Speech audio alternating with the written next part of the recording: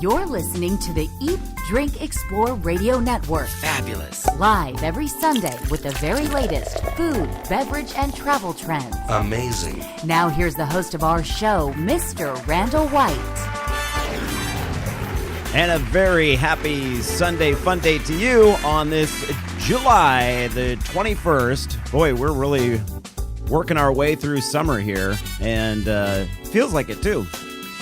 The voice you just heard is one Kira Clapper, who I got to hang out with 1 week ago at the Breast Fest in San Francisco, and boy, was that a great time. Thank you to Adam Montiel, who filled in for me in this chair, and Patty Pyburn, who was in her host chair as always, just to my left. Hello, Patty Pyburn. Good morning, Randall White. And I know that you're not completely finished yet, but you are starting to wind down, correct? All of your summer studies? My goodness. Not just the summer studies, but a little more than a year of working on a master's degree is about to end in 2 weeks. So the pressure is on. Yeah, it's everything's heightened. Yes. But I can see the light at the end of the tunnel. That's the good news. Yeah. I can just get through the next 2 weeks. Yeah, isn't that amazing that it all comes down to this now? Mm-hmm. I'm almost there. And I was thinking to myself yesterday as I was doing hours of homework, I thought, what am I going to do with myself when you have all this extra time? when I don't have homework to do? You'll find a way to fill it. I'm sure I will. Have you ever taken several days off from work and you always think, oh, if I just had, this a little bit of time. And then Yes. you find yourself with all that extra time, and still at the end of the day, you're like, I didn't get anything done. get anything done. So yes. That's what'll happen. It's just like when you have more money, you think, things will be better. How would I spend it all? And then when you have the more money, you're like, well, it's really easy to spend it all. It works itself out. And I still don't have what I need, right? Yes. Okay, 8:08 the time. Hello, everyone. Great to have you joining us on KSCO AM 1080 and Crush 92.5 FM. I hope you're enjoying your California day. You've arrived at California's #1 place to talk about current trends in food, beverages, travel, and tourism. It is our goal to give you the tools that you need to enjoy life's pleasures in a healthy, sustainable, and community-focused manner, and that is exactly what we'll bring you today over the next 2 hours, starting with, in our very next segment, one Joseph Stromberg will join us from Smithsonian Magazine. He wrote a piece this past week on what makes one person more tasty than the next for mosquitoes. And let me tell you, good to know. I was talking to him about it. His piece just really took off, and he says he's getting calls from all around the world asking, for more information on this. And he said the information was all just out there. He just compiled it. He actually did the work and research to put it together. Yeah, he just put it together. So there's no new study that shows, it's just he put every aspect of it together. And really fascinating segment that you'll want to listen to. That's our very, very next segment. That one, he couldn't join us today because he had something else that he had to do, so I recorded it on Friday. Oh, got it. So actually, I already know it's a really great segment. The rest of the show is live this morning, so you never know what's going to happen. But you never know. At the bottom of the hour, we head up to Washington State because do you remember Prop 37, Patty, here in California? I do. All right. I do indeed. That was our GMO bill that failed because of all the money that came in and tricked people into thinking it was some dangerous bill. At any rate, there is one on the docket up in Washington State called, I think they call theirs initiatives up there, Initiative 522. And once again, the same players are flooding in with big, giant checks, the Monsantos and such, to try to get this thing defeated. However, it looks like Washington State might have a better chance. Things start here in California. A lot of times. And then what happens is that a lot of times they fail here because they're so new. But it's kind of working out some of the kinks. Yeah, and then it puts everything on the radar. It happened with Prop 8. Everyone was like, freaked out by that, but then it got it into the national conversation. Right. Now you see things like this, voters approving marriage equality, which clearly didn't happen here back in 2008. But the same thing with the GMO. Gets the ball rolling. It gets the ball rolling. So I can't wait to speak with Elizabeth Larter. She's the woman behind this Initiative 522, and so we'll ask her based on the challenges we had down here, what does she learn from California's example, and how is she going to get this 522 passed up there? And where do the polls stand? That sort of thing. And then, which I don't know if you would ever do this, Patty. I question whether I would, but so like Priceline and all those different types of ways of getting a hotel room. Bargain shopping. Well, there are a lot of solo travelers out there who could, do you know where this is going? I think I do.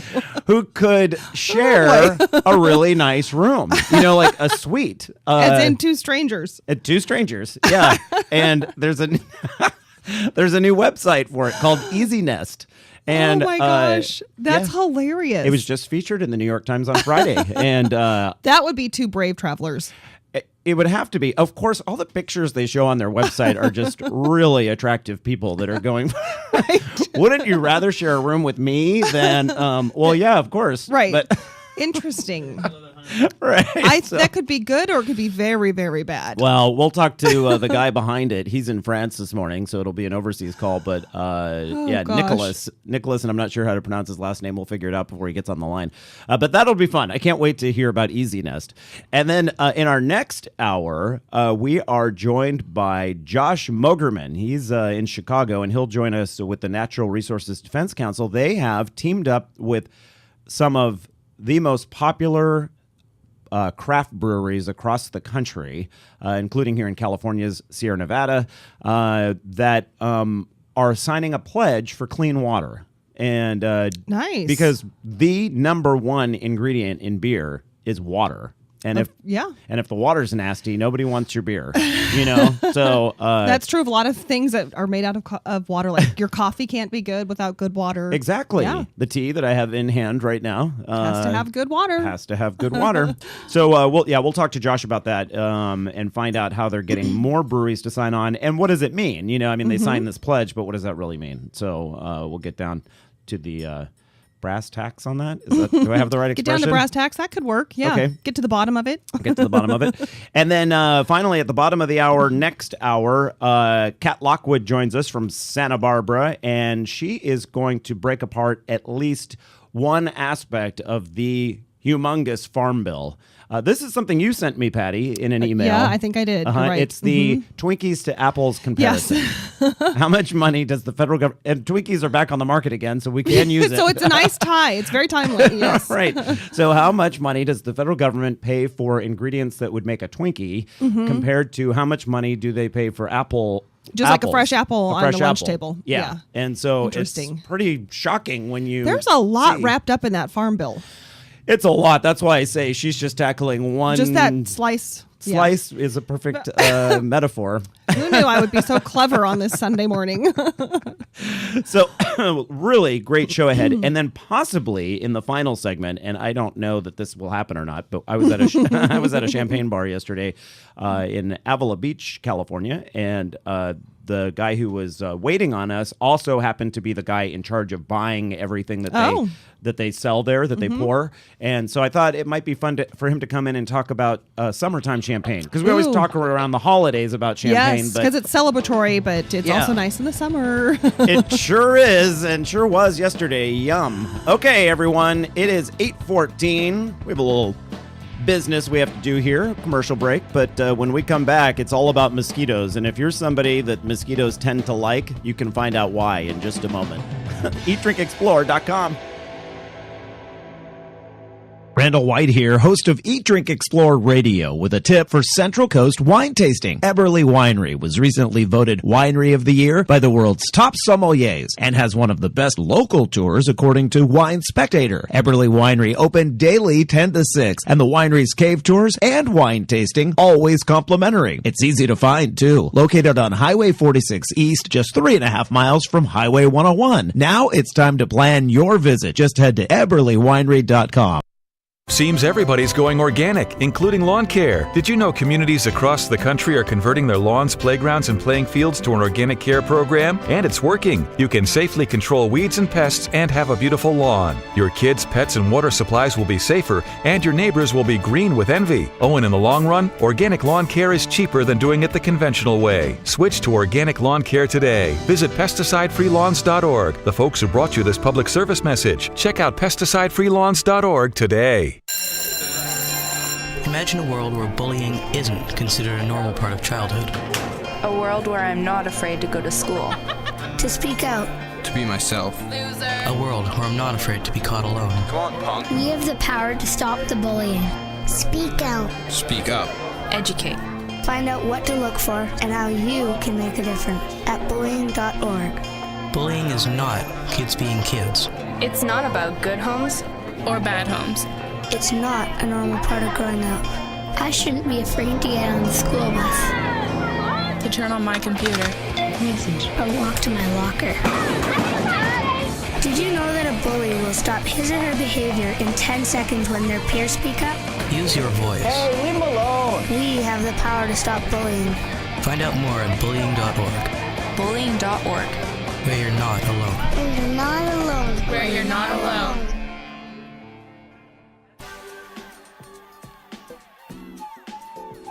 The Eat, Drink, Explore Media radio show you are currently enjoying is in a local affiliate commercial break. Live programming will return shortly.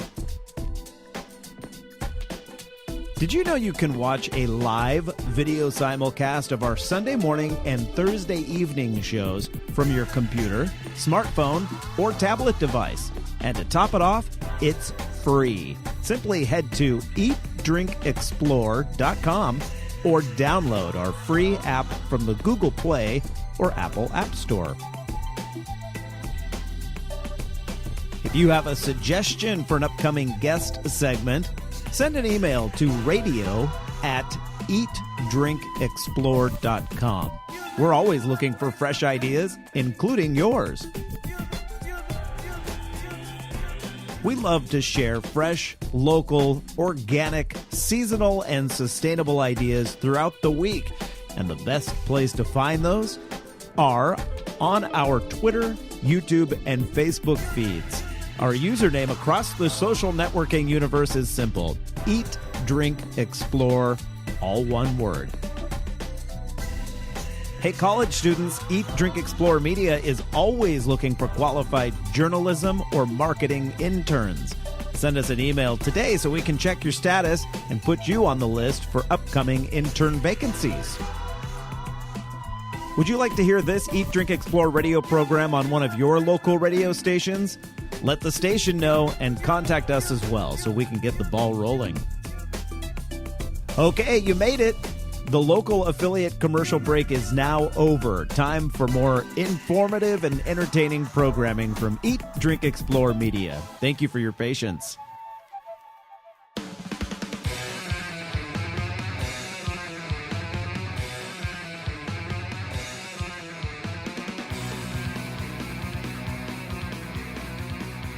And a very good Sunday morning, everyone. Great to have you with us here on the Eat, Drink, Explore radio network. I'm your host, Randall White, and it's summertime. You have to have those screen doors shut and a little bit of the mosquito repellent on if you don't want to be scratching your way through July and August. Some of us, however, have, well, how do I put this? Mosquitoes enjoy our ambiance more than others. And there's a great new piece in Smithsonian Magazine written by Joseph Stromberg. He's a science blogger for the magazine, all about the different aspects that make you more attractive to mosquitoes. Joseph joins us on the line right now with details on that. Hey, welcome to the program, Joseph. Hi, thanks a lot, Randall. Really good to talk to you. So I guess first and foremost, above anything else, mosquitoes are after your blood, right? Or the protein that's in your blood?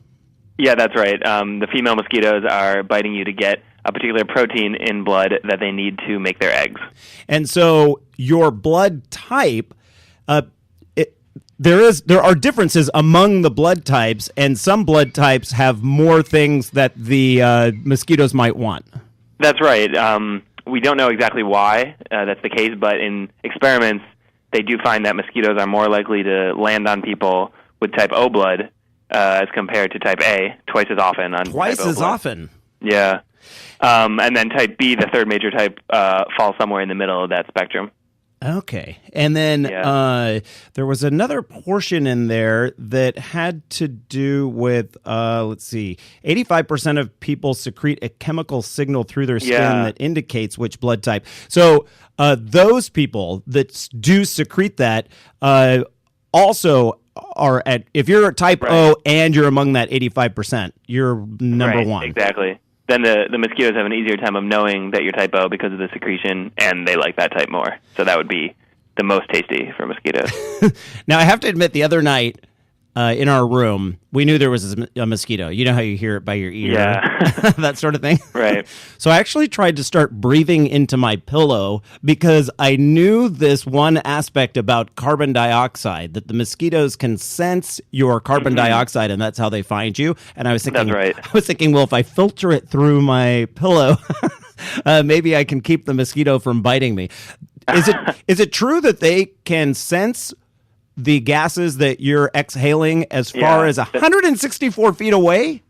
Yeah, at least in one study they found that number 164 feet. But that's exactly right. From far range, mosquitoes find us and other animals that they like to bite just by that carbon dioxide that we breathe out.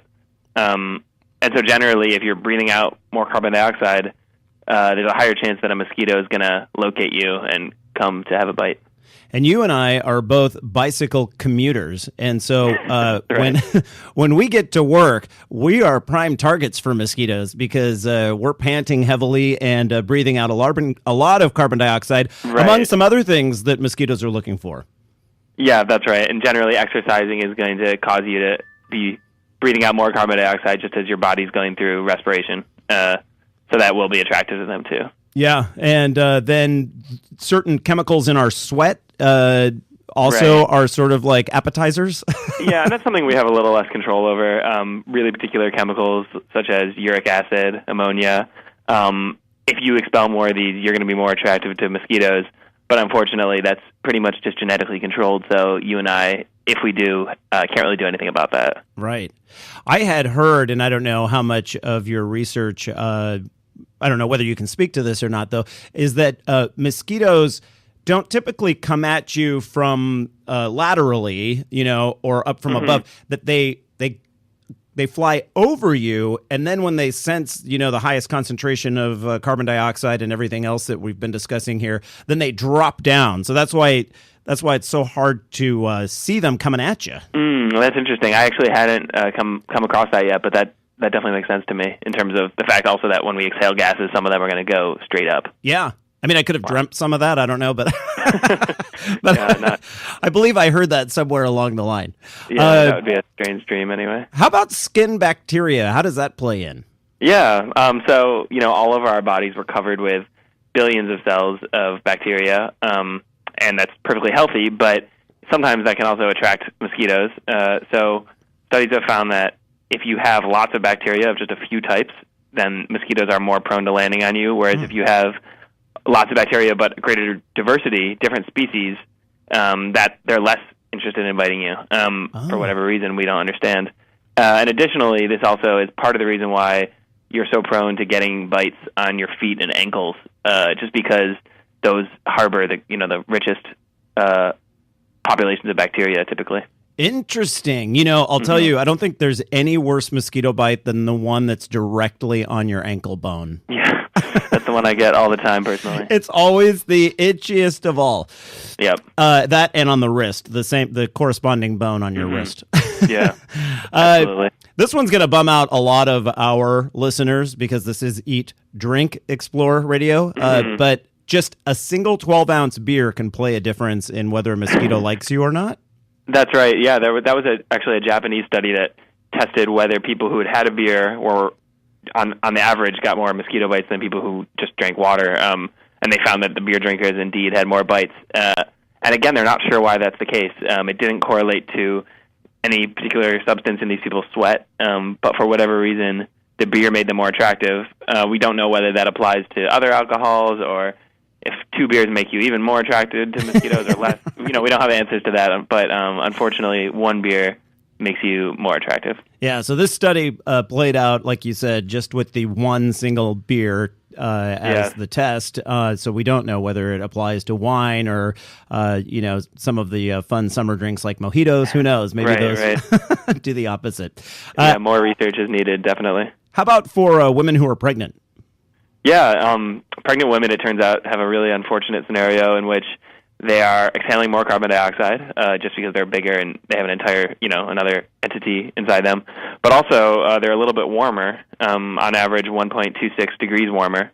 So the mosquitoes sense that warmth and they sense that carbon dioxide, and overall, pregnant women get bit twice as often as non-pregnant women or men. Whoa! I didn't realize that they ran a higher temperature. Yeah, pregnant women do run a higher temperature. Mm-hmm. And that also plays back to the whole exercise thing too. Our bodies heat up during exercise. Right, that's true. Now, I know that clothing color can make a difference when it comes to bees and that sort of thing. I didn't realize clothing color played a difference with mosquitoes. Yeah, it turns out that mosquitoes also just use plain old vision to find us. And so a black shirt or a dark red shirt, really bright, vibrant colors are going to make you easier for them to find as compared to something that blends into the background. Oh, so like beiges and stuff like that are the way to... Depending on your environment, right, that would probably make you a little more camouflaged. Oh, right. So it would have to do with the environment that you're in. Yeah. Okay, that's interesting. And then finally, it always comes down to genetics, does it not, Joseph? Yeah, unfortunately, in this case. Overall, when you tally it all up, about 85% of the variability between people in terms of their attractiveness to mosquitoes is just genetics, which you can't really do anything about. So even if you stop drinking beer and wear the right color shirt, it won't make a difference. It just won't make a difference. They want you for you. Yeah. But the good news in that sense is that there are some people, in that other 15% that are especially unattracted to mosquitoes. Right. And so some researchers in the UK are trying to figure out why. And so they've, used really high-tech machinery to look at the specific chemicals secreted by these people and look at, okay, can we use those chemicals to incorporate them into next-generation bug spray? So rather than just using DEET, use really specific chemicals that we know mosquitoes don't like and are not interested in biting the person. That's a great idea. Yeah. Use our own genetics against the mosquitoes. Right, yeah. Essentially, we all get to be those people who, in the 15%.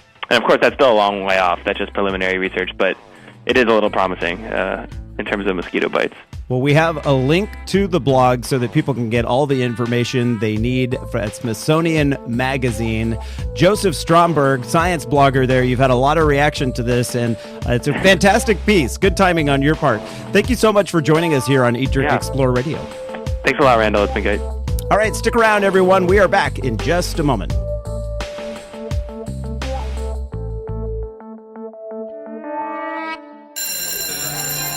Imagine a world where bullying isn't considered a normal part of childhood. A world where I'm not afraid to go to school. To speak out. To be myself. A world where I'm not afraid to be caught alone. Come on, punk. We have the power to stop the bullying. Speak out. Speak up. Educate. Find out what to look for and how you can make a difference at bullying.org. Bullying is not kids being kids. It's not about good homes or bad homes. It's not a normal part of growing up. I shouldn't be afraid to get on the school bus. To turn on my computer. Message. Or walk to my locker. Did you know that a bully will stop his or her behavior in 10 seconds when their peers speak up? Use your voice. Hey, leave him alone. We have the power to stop bullying. Find out more at bullying.org. Bullying.org. Where you're not alone. Where you're not alone. Where you're not alone.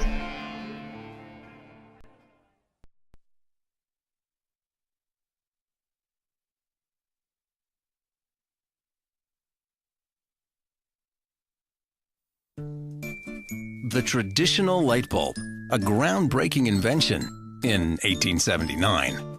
Other groundbreaking ideas from that time, the whalebone corset, the pedal-operated submarine, and the two-story outhouse.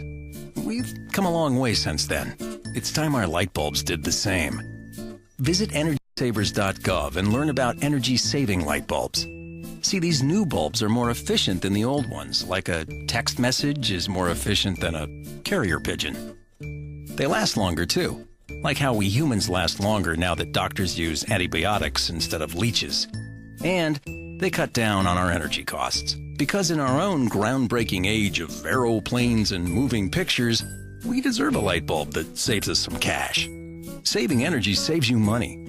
Learn more at EnergySavers.gov. Brought to you by the U.S. Department of Energy and the Ad Council.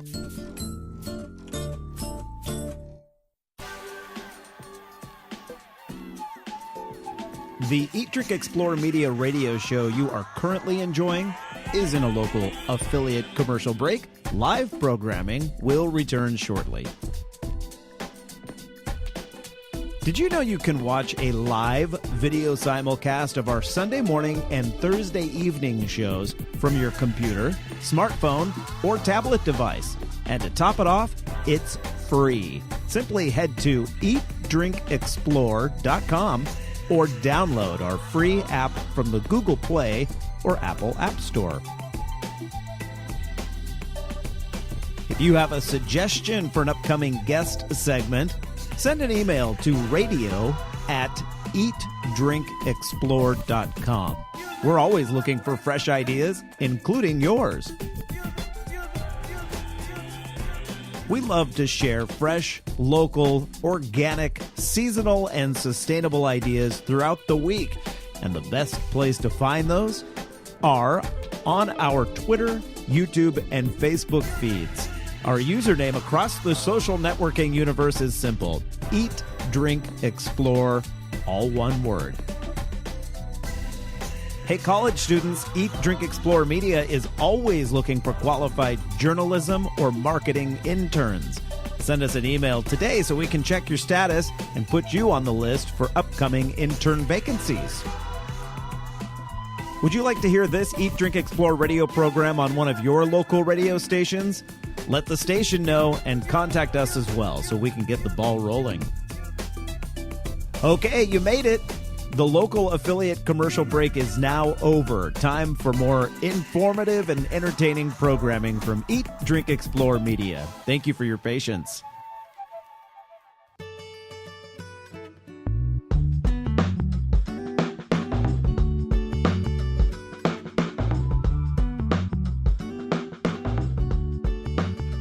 And welcome to the program, everyone. Great to have you with us on another beautiful California day. I am your host, Randall White, and you are listening to the Eat, Drink, Explore radio network. 33 minutes past the hour right now. And, you know, if you are a regular visitor,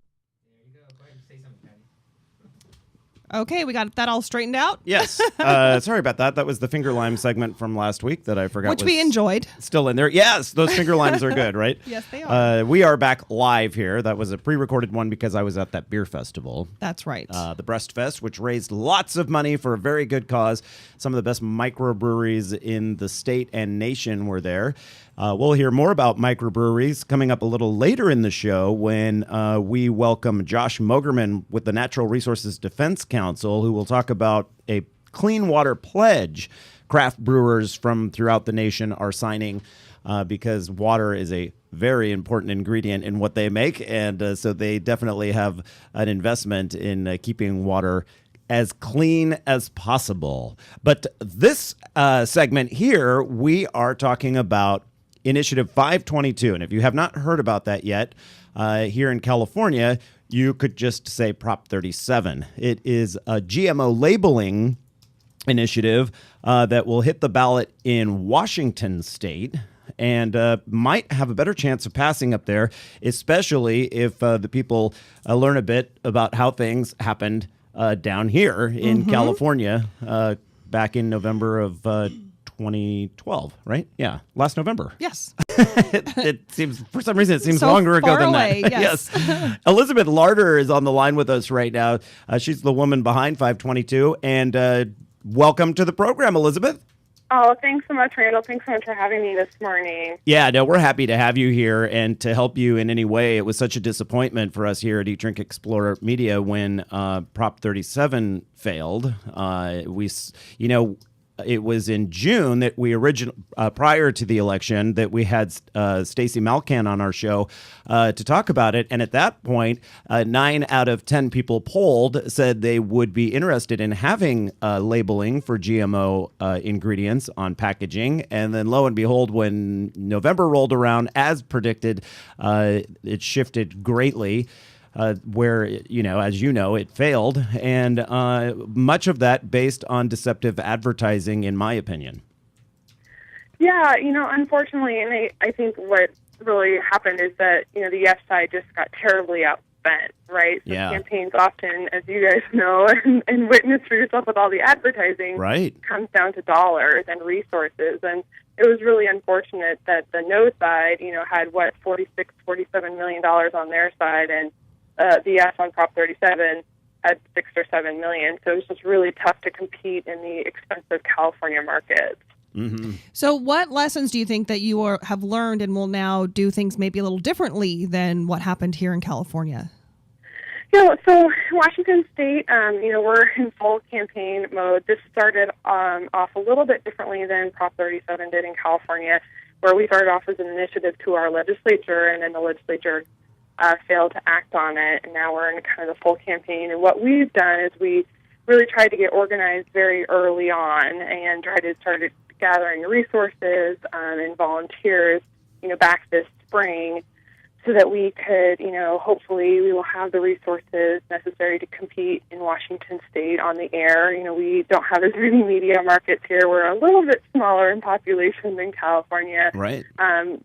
But we are seeing, people have really come together early, and we have a lot of passionate volunteers and grassroots support throughout our state. And we're hoping that, as time comes on, that with spreading the word early and often is an effective tool, as well as, raising the money necessary to compete on the air. I think being a smaller market will play in your favor because you can tackle that. You can be a part. You can be a larger presence in a smaller market.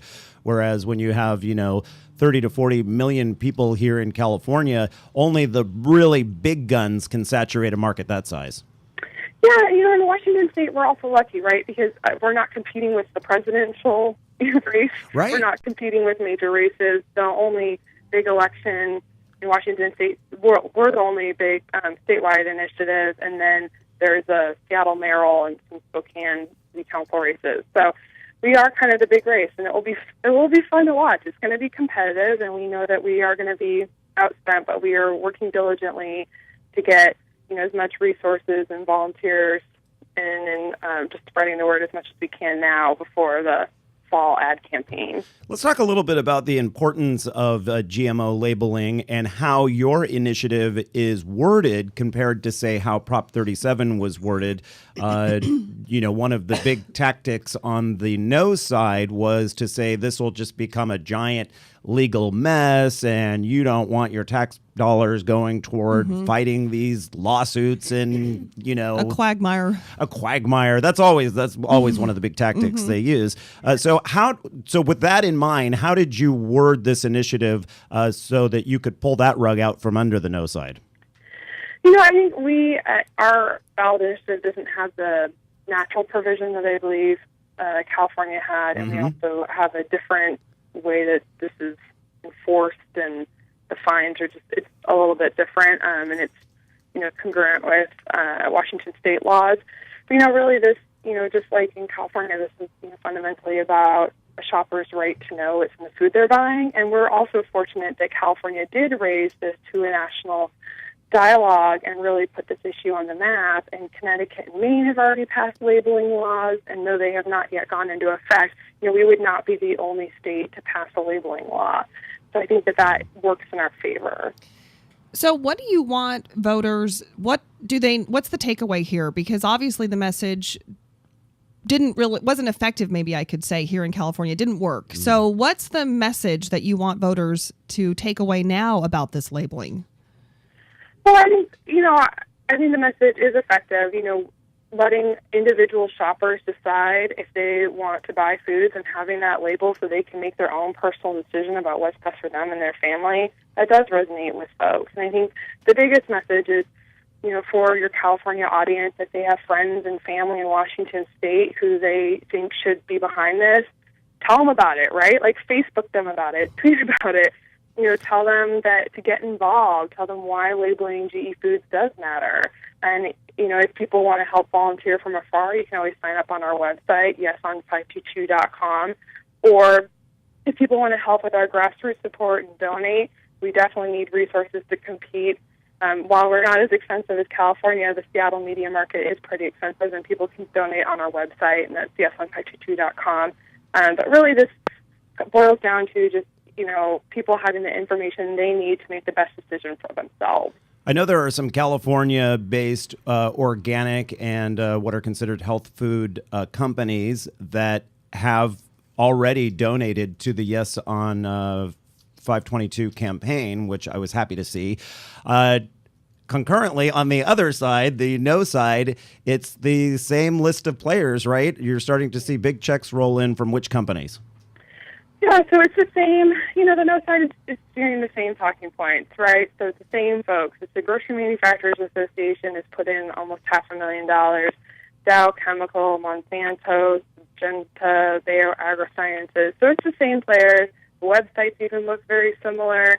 The talking points are almost identical. And so they just feel like they can, carbon copy what works in California and put it in Washington. And, that's why it's been really important for us to get on the ground early and to be reaching out to people at farmers markets. And for your audience, if you guys can contact your friends and family and, acquaintances, whatever, in Washington State and tell them that, A, this is on the ballot this November, and B, why labeling GE foods is important, that really helps us get the word out. And that's what we have people power.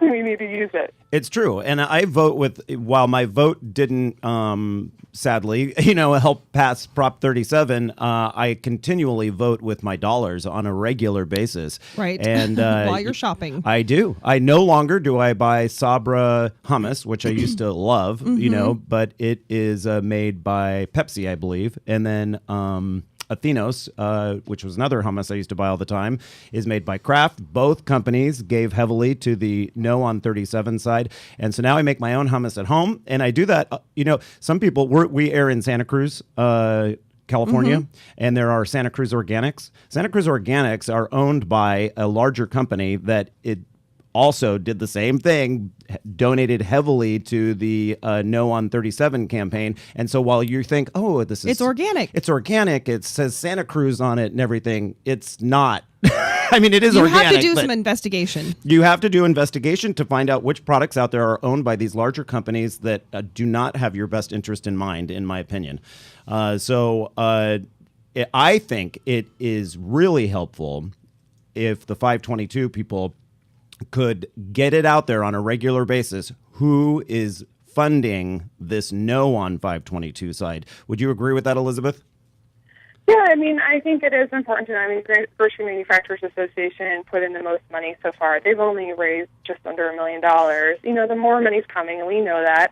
But it's been really interesting. I don't know if you guys follow the news in D.C., but Grocery Manufacturers Association had some summit, some secret summit meeting about this issue, and no one's really been able to report out what happened at that meeting. But I think it's definitely, being aware of that the no side in Washington State is kind of doing the same thing in California. Well, I wish you nothing but the best of luck there. Washington voters have been very wise in the past and passed some things that I agree strongly with. So hopefully that same thing will happen again with 522. We really wish you nothing but luck. Elizabeth Larter, and we do have a link at eatdrinkexplore.com. It is 520, yes, on 522.com, did you say? Yep, that's right. And thank you so much for having me this morning. We really appreciate this opportunity to be able to chat with you. Well, we definitely want to continue to get the word out. Maybe we'll have you on again right before the election. Elizabeth Larter, thank you so much. You're listening to EatDrinkExplore.com. Randall White here, host of Eat, Drink, Explore Radio.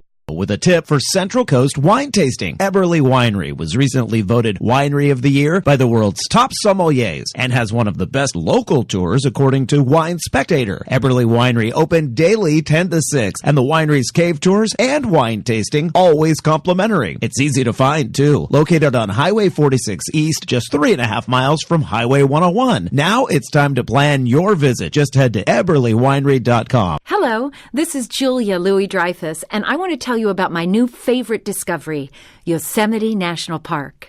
I recently went there with my husband and children, and we walked the trails to see the breathtaking waterfalls, admired the grand meadows, and giant sequoias. But the future of our national parks is uncertain. Many challenges face our parks today, from polluted air and water to development threats outside their borders and inadequate funding to protect our national heritage.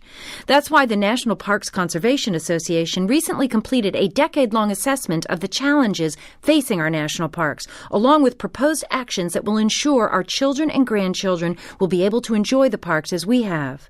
Our national parks have inspired Americans for nearly 100 years. As we approach the centennial of the National Park Service in 2016, please join us in helping to protect our national park legacy. Find out how at www.mpca.org. Randall White here, host of Eat, Drink, Explore Radio, with a tip for Central Coast wine tasting. Eberly Winery was recently voted Winery of the Year by the world's top sommeliers and has one of the best local tours according to Wine Spectator. Eberly Winery open daily 10 to 6 and the winery's cave tours and wine tasting always complimentary. It's easy to find too. Located on Highway 46 East, just 3.5 miles from Highway 101. Now it's time to plan your visit. Just head to eberlywinery.com. The Eat, Drink, Explore Media radio show you are currently enjoying is in a local affiliate commercial break. Live programming will return shortly. Did you know you can watch a live video simulcast of our Sunday morning and Thursday evening shows from your computer, smartphone, or tablet device? And to top it off, it's free. Simply head to eatdrinkexplore.com or download our free app from the Google Play or Apple App Store. If you have a suggestion for an upcoming guest segment, send an email to radio@eatdrinkexplore.com. We're always looking for fresh ideas, including yours. We love to share fresh, local, organic, seasonal, and sustainable ideas throughout the week. And the best place to find those are on our Twitter, YouTube, and Facebook feeds. Our username across the social networking universe is simple: Eat, Drink, Explore, all one word. Hey, college students, Eat, Drink, Explore Media is always looking for qualified journalism or marketing interns. Send us an email today so we can check your status and put you on the list for upcoming intern vacancies. Would you like to hear this Eat, Drink, Explore radio program on one of your local radio stations? Let the station know and contact us as well so we can get the ball rolling. Okay, you made it. The local affiliate commercial break is now over. Time for more informative and entertaining programming from Eat, Drink, Explore Media. Thank you for your patience.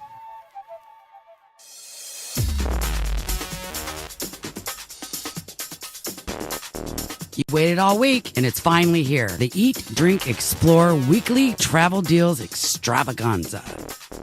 Extravaganza. You got to live up to that, you know. 8:49 the time. That's our dear friend, Monica Picente, who happens to be in the general area today. Yes, and she so is. she will be meeting us, fingers crossed, at one of our favorite little haunts right on the water in Morro Bay. We like to sit back there and listen to live music and enjoy fish tacos and that sort of thing. Tagnazini's Dockside, if you've ever been to Morro Bay, you know it is a fun place to go and just casual, relaxed, not too expensive. That's, you know, a nice combo. That's very nice. Right? So Monica, hopefully we'll meet up there because my parents are in town. Yes, that's right. I haven't seen them in a while. Me mom and me papa are in San Luis Obispo from the heat and the hell that is the Central Valley right now. Triple-digit temperatures all weekend long. Patty, you'll have a little glimpse at the forecast, will you not? I will have a glimpse. A little bit. And we're getting a little bit of that monsoon moisture, so if it gets much hotter, that will be uncomfortable for sure. So this segment is our travel deals segment. Right. And a little bit later in the show, we're having some international calling difficulties right now. But we're hoping to fix that momentarily. We will speak with Nicolas, and I believe it's Reille. He's the founder of something known as EasyNest. And what it is it's for solo travelers who would like to stay in a, 5-star luxury destination. And who doesn't want to stay there? Yeah, but it's expensive as a solo traveler. You're not splitting costs, right? Exactly. However, you might be able to split costs through EasyNest. And we were able to get Nicolas on the line. He joins us now from Paris, France, I believe. Nicolas, welcome to the program. Hey, thank you. Thank you for getting me in. Yes. So, Nicolas, how does EasyNest work? EasyNest, let me give you a bit of background. Basically, the idea initially is to say, look, you have, on one side, you have the solo traveling market, which is booming. You have more and more people traveling solo. There are many reasons to explain this, and we can get into this later if you want. But so you have this market which is booming. And on the other side, you have the hotel and resort of this world, which are still charging for double occupancy. And we think there's a mismatch because then it makes solo traveling very expensive because basically you pay for two, but you're alone in the room. So what we thought is that, okay, let's provide a solution for solo travelers to share hotel room with other solo travelers to cut costs and to meet other people. And that's why we created EasyNest. As a guy, I think I would feel safe doing this. I'm wondering, Patty, you might be able to chime in on, is that something that you think women would latch onto? As she's shaking her head. This is going to maybe sound a little stereotypical. Maybe women would do it if they were, sharing a room with another woman. Obviously, it's a little riskier if you're sharing a room with a man. Not sure what you're getting yourself into. But really, I think it could be risky no matter who you're sharing with. Nicolas, what are you hearing along those lines? No, I think, first, you have to know that the solo travelers market, a large part of it are women. They're actually women traveling solo. And on EasyNest, you can choose who you want to share your room with. And, of course, we expect women solo travelers to share room with other women solo travelers. And therefore, you don't have the first version you mentioned too. And also what we're trying to develop more and more, and for the time being, we have just the initial feature, which is to give you more information about who you're going to share your room with. So you can choose, you can see the Facebook profile, you can see whatever blog they have, you can see a lot of information about the other person. So you can choose if you agree or not to share the room with this person. And maybe you can also, get in touch through Skype and get in touch with other mediums just to make sure that you have a good fit, you feel comfortable, you can share tips about the city you're visiting and all these kind of things. I like the ability to work Facebook into that because it's kind of hard to go back and correct your entire Facebook timeline. So whatever people have posted on there, that usually reflects Could be very telling. It can be very telling. So if you're able to see this other traveler's Facebook profile and go back a ways and say, oh, they like craft beer too, or, they enjoy this and they seem to have a really stable extended family, this might be someone I'd like to share with. So that does make sense. Now, Nicolas, how does it work exactly? Does one of the parties have to buy the room and then the other party pays the other person half the amount, or is it a joint booking? How does that portion of it work? I think it's very flexible. I think what we're trying to do is to get travelers to talk to each other and to figure out what they want to do. So basically you have a messaging system on EasyNest and you can get in touch with people. So what we think will happen is that you have some people who have a trip in mind. Either they have a hotel room which is booked already, or they want to book a particular hotel room, and then they will put it on EasyNest and see if they can find a roommate with them. But let me give you a bit more information about this. It's not necessarily that you have to share the same room. Of course, you can use EasyNest in many different directions. You can use it as to cut costs. So basically, you have booked a room, and then you want to reduce the cost, and you share it with somebody else. Or maybe you want to have fun and maybe go to and upgrade your travel style. For example, to go and book a suite, a 2-bedroom suite where you have all the service which goes with the street, like a free minibar, like maybe a better service in the hotel. Yeah. Traveling in the street in the hotel is a bit like traveling in the first class in a plane. You basically get better service. So you can book a suite, 2-bedroom suite, so you still have your own, intimacy, your privacy, and you basically sharing the common area, but you have your own bedroom as well. So that can be used, for example, if you want to go to a city where all the deluxe room and standard rooms are fully booked, you can just go and book the suite and share it with somebody on EasyNest. Nicholas, do you know where I think this could come in really handy is when a hotel, especially if there's a big event in town or something, requires a 3-night booking, but you really only can be there for 1 or 2 nights, and then you're able to find someone through EasyNest who can take up that second or third or both nights, pay for those nights, but it's all under one booking so that it can be done. Yeah, exactly. There are many, many, many ways to use EasyNest, and I'm not sure we have figured out today all the different ways. So there is what you just mentioned here. There's the conferences where all the hotels are booked. There is the people who want to upgrade the travel style. There is, there are many, many different ways to use it. I mean, for me, for example, what I think is that, if you can get a 5-star hotel at the price of a 2-star hotel, it's really cool because a 5-star hotel gives you much better services and much better facilities than a 2-star hotel. But on top of that, it also gives you a much better location. Mm-hmm. If you go and travel to New York, and we did a case study on New York City, basically for the price of a hotel in the Queens, you are now in center of Manhattan, in close to everything, walking distance of all the museums, all the nice restaurants, everything. So you spend much less time commuting, and suddenly your whole trip is much better. Nicholas, EasyNest is based in San Francisco, I believe. I'm wondering from analytics so far, because it's a new site, which cities seem to have the most interest in this, people hitting the site and looking for more info? For the time being, it's very diverse. I mean, we have offers in Istanbul, in Barcelona, in New York City. We may actually want to focus more into few cities. But for the time being, we have many different cities, and not one city is coming out of the picture. All right. Nicolas Reille, the founder of EasyNest.com. Thank you so much for joining us from Paris, France. Beautiful city on its own right. Thank you. All right, stick around, everyone. You're listening to the Eat, Drink, Explore radio network. By the way, EasyNest.com for more information on EasyNest. Maybe you can share a room and save some costs. If you use it, let us know how it works out, because I'm curious about this site. Great hour coming up. We just had a good one, and we're back in just a moment.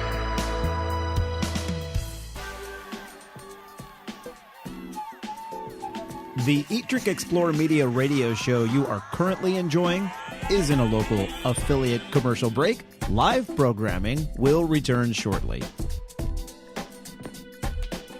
Did you know you can watch a live video simulcast of our Sunday morning and Thursday evening shows from your computer, smartphone, or tablet device? And to top it off, it's free. Simply head to eatdrinkexplore.com or download our free app from the Google Play or Apple App Store. If you have a suggestion for an upcoming guest segment, send an email to radio@eatdrinkexplore.com. We're always looking for fresh ideas, including yours. We love to share fresh, local, organic, seasonal, and sustainable ideas throughout the week. And the best place to find those are on our Twitter, YouTube, and Facebook feeds. Our username across the social networking universe is simple: Eat, Drink, Explore, all one word. Hey, college students, Eat, Drink, Explore Media is always looking for qualified journalism or marketing interns. Send us an email today so we can check your status and put you on the list for upcoming intern vacancies. Would you like to hear this Eat, Drink, Explore radio program on one of your local radio stations? Let the station know and contact us as well so we can get the ball rolling. Okay, you made it. The local affiliate commercial break is now over. Time for more informative and entertaining programming from Eat, Drink, Explore Media. Thank you for your patience.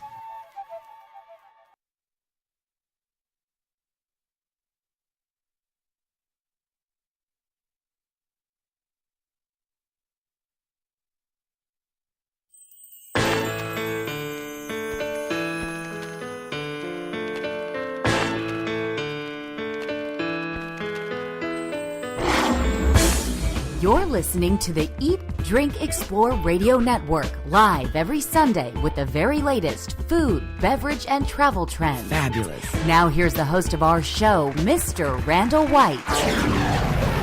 9 o'clock straight up good. Sunday fun day morning, San Luis Obispo, Paso Robles, Santa Maria, Grover Beach. I'm trying to think of the different... Oceano, Avila, yeah. Morro Bay, Cayucas. Oh, you're good. Cambria, San Simeon. Big Sur, how are ya? Atascadero, shout out. Yeah. So anyway, no, wonderful to have you here. What did you think of that EasyNest, Patty? You know, it sounds like it could be good. It could be risky if you don't like your travel partner that you end up with. But a rating system might work where you could say, I traveled with this person, I shared a room or whatever, and it was a 4-star experience or thumbs up or whatever. Yeah, like a thumbs up would work well. And so somebody starts to collect thumbs. Yeah. Hopefully not yours, because that would... Or what if you got like rated as a snorer? Oh, you could have different ratings. That could be like death. Right. Snoring. You could have a couple of different check Messy. boxes. Messy. Are they messy? Do they bring company back to the hotel room? If you know what I mean. Okay. Are they partiers? Right. Are they smokers? Did they not pay their mini bar bill? Ooh, the mini bar. Did they theft? Right. Did they take your favorite pair of flip-flops? Are they loud talkers? They're so I don't know, maybe a rating system. You're traveling 5-star. I think of course you are. Our audio guy Anthony says if you're traveling 5-star, you're not wearing flip-flops. Of course you are. Didn't that kind of become the rage? Yeah, like, for a while? flip-flops are in. Fancy rage. Anyway, if you're just tuning in, you're like, what are they talking about? Our travel segment airs weekly from 8:50 to the top of the hour. And we were speaking with the founder of EasyNest. He was in France, but the site is based in San Francisco. Right. And he was, the whole premise is that if you're a solo traveler, it is a way for you to connect. I was under the impression it was a way to book, but it's not a way to book the room. Right. It's a way to find somebody else who's already booked a room or wants to book a room. That you can kind of tag on to. Yeah. Okay. For various reasons. And he did point out, you don't necessarily have to be sharing this room. It might be that you get a better deal if you book 3 nights or what have you, kind of thing. So very interesting. I think it's a good idea. It could take off. It could go nowhere. Who knows? It remains to be seen. We'll update you when we find out. I think it would work better in larger cities. And you and I were talking, Patty, during the short commercial there, that maybe older women, maybe 50 and above, who want to travel but don't have a travel companion, perhaps. Yeah, because then you also might be able to get discounts for. There are a lot of things where if it's more than one person, you can get a discount. Exactly. Like, maybe buy one get one free to get into a museum, whatever it might be. And so it could work for some people. I think so. Yeah. So interesting. And like I said, if you use this, let us know, because I'm very curious about it. I'm not a solo traveler anymore, but maybe you could even, as a non-solo traveler, take advantage of one of those multiple night bookings. Right. Oh, I didn't even think about that. It just kind of depends. Yeah. Okay, so this is the Eat, Drink, Explore Radio Network, and this is our Crush 92.5 FM exclusive segment. So we talk very... Local. Hey, Patty, you have a new television... A new format for your morning news starts on Monday. It starts tomorrow morning. And you'll Wake Up Central Coast. Wake Up Central Coast. So check out Patty Pyburn. And our slogan is Wake Up Smarter. Oh. Yeah. Is that grammatically correct? Yeah. Wake Up Smarter? I don't know. It's not Wake Up More Smarter. So you're right. Exactly. So maybe it is right. So anyway, check out... Patty Pyburn and the gang there at KCOY CBS 12. 9:04, we're back in literally 1 minute with the second hour of the Eat, Drink, Explore Radio Network. Really interesting stuff. Patty's got the news. Indeed. We also have a thing on brewers and clean water, and also that farm bill is tough to tackle, but we're going to take a bite out of it straight ahead. Hey, farmers market fans, listen up because we're launching a new show just for you. Join the Eat, Drink, Explore radio network each Thursday evening from 5:30 to 6 for a healthy dose of recipe sharing and food news. We broadcast our show live from the historic downtown San Luis Obispo Farmers Market, but the information shared is designed for anyone who has a love of fresh, seasonal produce and locally made artisan treats. So whether your favorite market is located at San Francisco's Ferry Plaza in downtown Santa Monica, or if you're simply a member of a CSA, you'll love our weekly Market Fresh, available live each Thursday evening at eatdrinkexplore.com.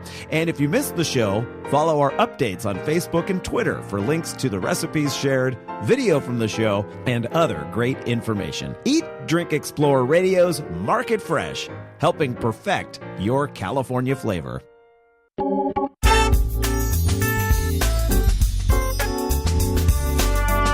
You're listening to the Eat, Drink, Explore Radio Network. Fabulous. Live every Sunday with the very latest food, beverage, and travel trends. Amazing.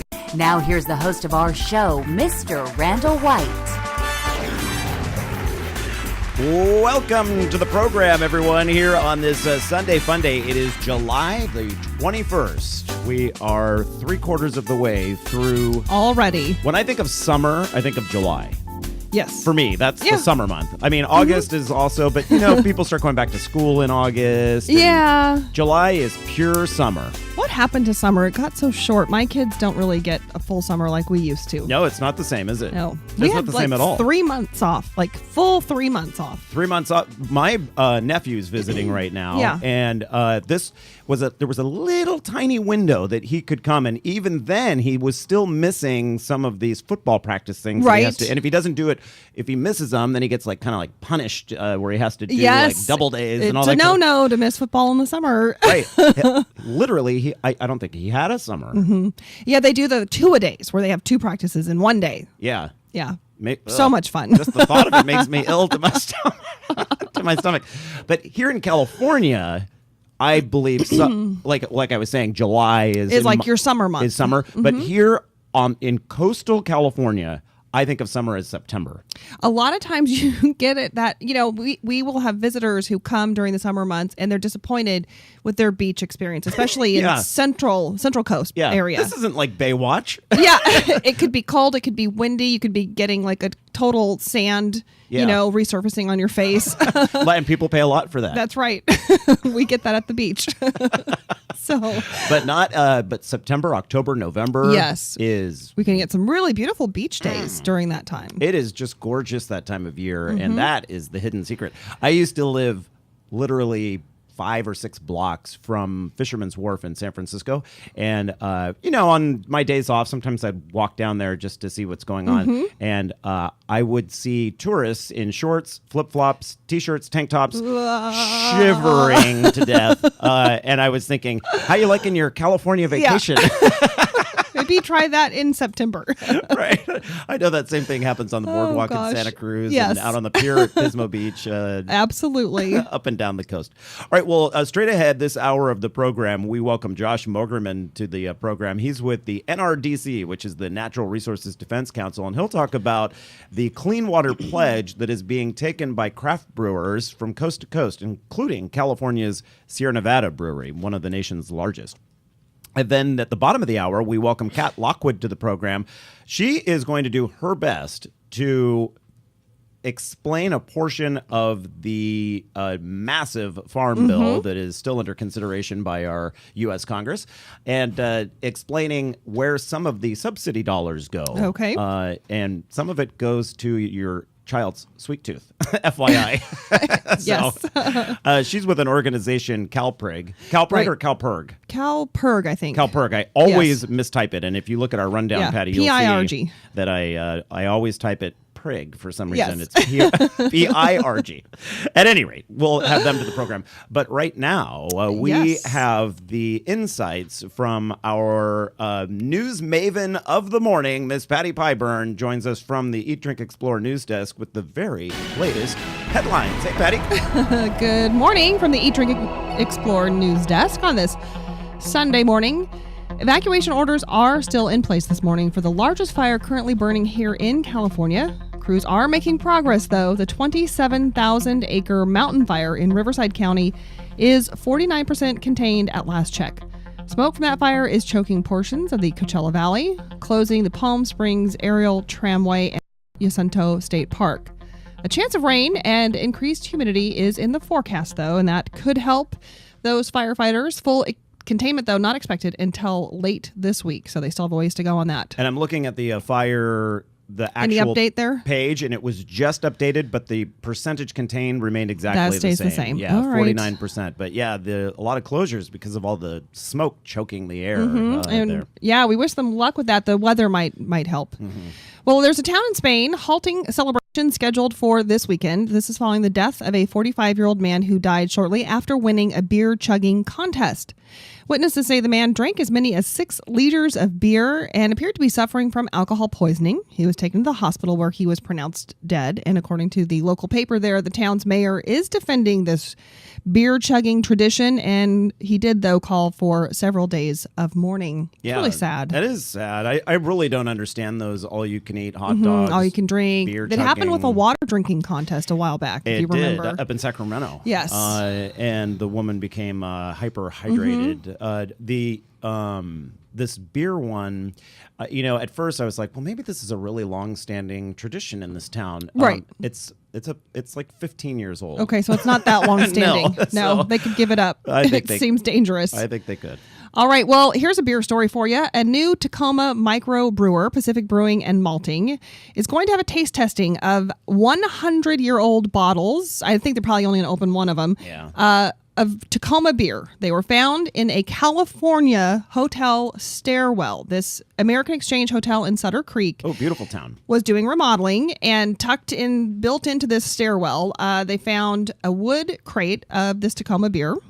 And then the hotel contacted the brewer, Steve Navarro. He's in the process of reopening this Pacific Brewing and Malting Company. Oh, talk about timing. He's going to reopen it in Tacoma, where it started. Tacoma, Washington. Yeah. So, back in the 1900s, the original brewing company was the second largest beer producer in Washington state. Oh. 2 lines, Pacific and Tacoma. Then the company was displaced because Washington had prohibition before in the rest of the 1916. I see. Okay. Okay, so it was kicked out of Washington. They Yeah. came to California, and it went through a lot of changes, name changes, relocations, and so forth.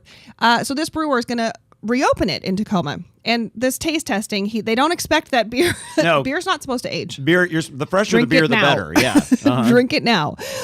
So they don't expect it to taste good, but this 100-year-old yeast that is lurking in those bottles, they're going to take it to the lab, see if they can recover some of that, and introduce that into their new beer, but it will be like new old beer. Right. That's really cool. Pretty cool, right? Using the original yeast from that Tacoma beer that, how do you think that case of beer ended up in the stairwell? You think some employees were like, tucked that away? Yeah, let's no put one this will down see here. this here. And then they got fired and weren't able to come back and retrieve it. So it sat there for 100 been there years. for 100 years, yes. I love that story. All right, how are we doing on time? I got 2 more stories here. You have a minute and a half. Okay, we'll plow through one of them.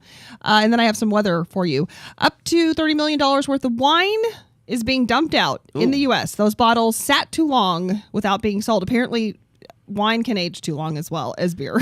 I have looked at that story up and down, and I cannot figure out how they're dumping this. Like, what what are they doesn't seem doing? environmentally like. How is that happening? Yeah. Okay, so Treasury Wine Estates, it's an Australian company, is going to get rid of this aging inventory. It's consisting of mostly cheaper labels. The wine's been sitting in warehouses for months, possibly years. Now, in addition to the bottles that will be poured out, the company is also encouraging retailers to sell some of the portion that they may have in their inventory. They're offering some financial incentives. So you may be seeing low-priced Australian brands on store shelves. And I don't know, do you buy them or not? Right. They're getting rid of them for a reason. All right. You want some weather? Yeah, please. Okay. Lots going on in the weather part. Today should be nice. Good. Okay. Should be pretty nice for most people. A little cloud coverage in the morning, burning off sunny afternoon, all that kind of stuff. But there's a heat advisory that goes through tonight for the Reno, Tahoe area. Oh, okay. Thunderstorms possible over the Sierra, Yosemite to Kings Canyon, San Joaquin Valley, Santa Barbara County, LA County, all possible thunderstorms for mountain desert areas. Flash flood watch in effect through tomorrow night for Kern County and Tulare County. That might help with some of the fire dangers, so long as it's not dry lightning. Yeah. All right, we're back in just a moment. EatDrinkExplore.com. May is National Bike Month. Now, I used to be intimidated at the thought of biking to work. I worried about my outfit, the traffic, and the time. But my expanding waistline and rising gas prices helped me rethink that position. And last May, I tried riding to work. What an amazing change. In the years since I started riding to work, I've lost weight, saved money on gas, and canceled my gym membership. You should try it. Here are a few tips to help you get started. Alter your route for biking. Cars and bikes are both vehicles and both have a right to the road, but you'll feel more comfortable and more able to enjoy your ride if you choose less traveled streets. Ride with a friend the first few times, someone who has experience biking to work. They'll help you figure out how to carry your clothes, where to park your bike, and the easiest way to get to the office. Follow all the same rules you follow while driving. Signal before you turn, stop at all stop signs, and stay in the rightmost lane going in your direction. Biking to work is fun, easy, and enjoyable. Try it. For more tips and techniques on how to commute by bicycle or to find other cyclists in your area, visit bikeleague.org. Imagine a world where bullying isn't considered a normal part of childhood. A world where I'm not afraid to go to school. To speak out. To be myself. A world where I'm not afraid to be caught alone. Come on, punk. We have the power to stop the bullying. Speak out. Speak up. Educate. Find out what to look for and how you can make a difference at bullying.org. Bullying is not kids being kids. It's not about good homes or bad homes. It's not a normal part of growing up. I shouldn't be afraid to get on the school bus. To turn on my computer. Message. Or walk to my locker. Did you know that a bully will stop his or her behavior in 10 seconds when their peers speak up? Use your voice. Hey, leave him alone. We have the power to stop bullying. Find out more at bullying.org. Bullying.org. Where you're not alone. Where you're not alone. Where you're not alone.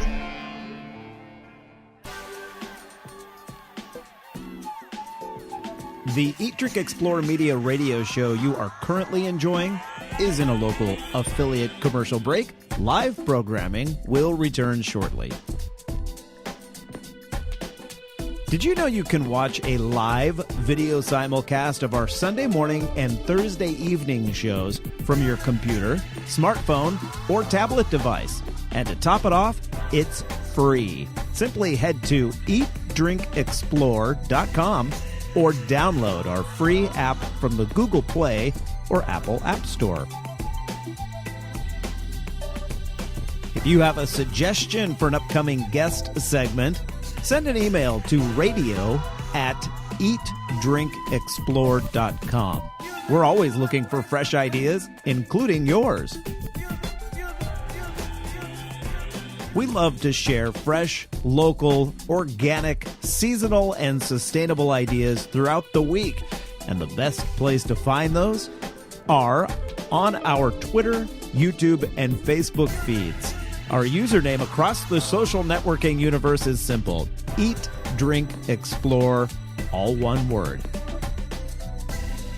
Hey, college students, Eat, Drink, Explore Media is always looking for qualified journalism or marketing interns. Send us an email today so we can check your status and put you on the list for upcoming intern vacancies. Would you like to hear this Eat, Drink, Explore radio program on one of your local radio stations? Let the station know and contact us as well so we can get the ball rolling. Okay, you made it. The local affiliate commercial break is now over. Time for more informative and entertaining programming from Eat, Drink, Explore Media. Thank you for your patience.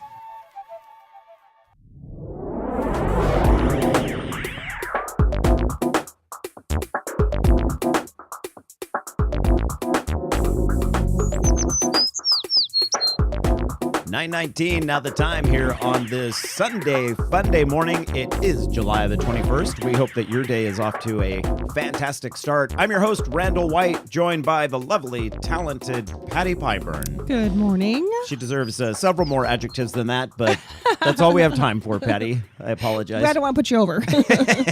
Right.